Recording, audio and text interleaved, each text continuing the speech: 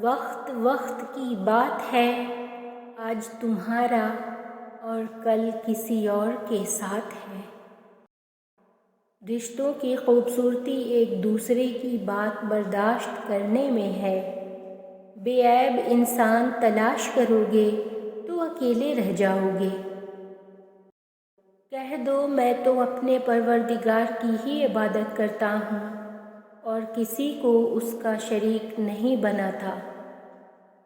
رشتے بھی کتنے عجیب ہوتے ہیں، کبھی بے سبب توڑے جاتے ہیں اور کبھی چھوڑنے کی بڑی وجہ ہو کر بھی نبھائے جاتے ہیں۔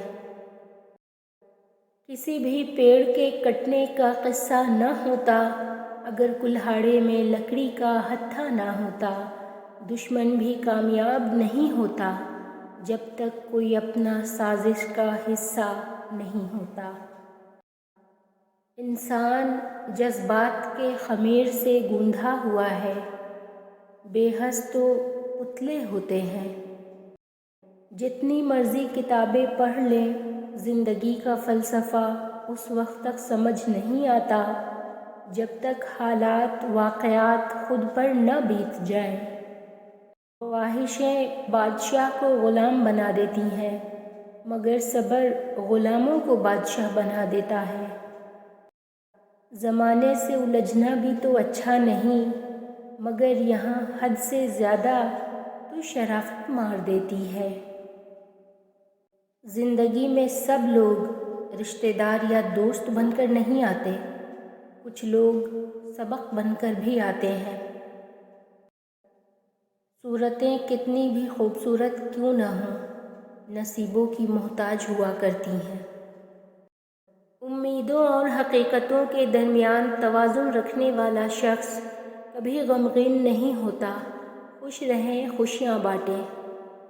خالی گھر چاٹ لیا کرتی ہے دیمک، اکثر گھر مکینوں سے ہی آباد ہوا کرتے ہیں۔ لوگ آپ کی رونقوں کی ویرانیاں نہیں دیکھتے۔ تکبر جس کی چادر ہے اس کو راس آتی ہے، نہیں جچتا بشر کو مٹی سے بن کر آسماں ہونا۔ آپ کا ظاہر جیسا بھی ہو، آپ کے اندر کا انسان معنی رکھتا ہے۔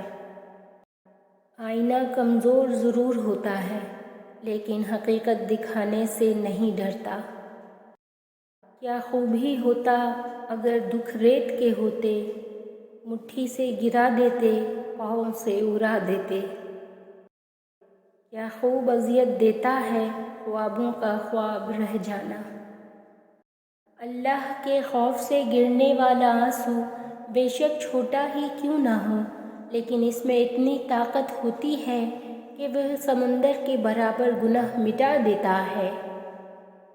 ہو سکتا ہے تمہاری زندگی کا ایک خالی شفع اللہ تمہاری چاہت سے بڑھنا چاہتا ہو، اس لیے دعا کرو، شاید دعا ہی تمہارا مقدر بدل دے۔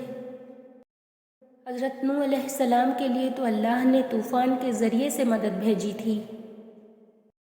کتنے انتظار کے بعد اللہ نے حضرت یعقوب علیہ السلام کو حضرت یوسف علیہ السلام سے ملوایا تھا۔ ہمارے نبی صلی اللہ علیہ وآلہ وسلم کی ایک انگلی کے اشارے پہ تو اللہ نے چاند کو 2 ٹکڑوں میں توڑ کر رکھ دیا تھا۔ مانگنے کی شدت سے ہی تو قبولیت کی ڈور جڑی ہے۔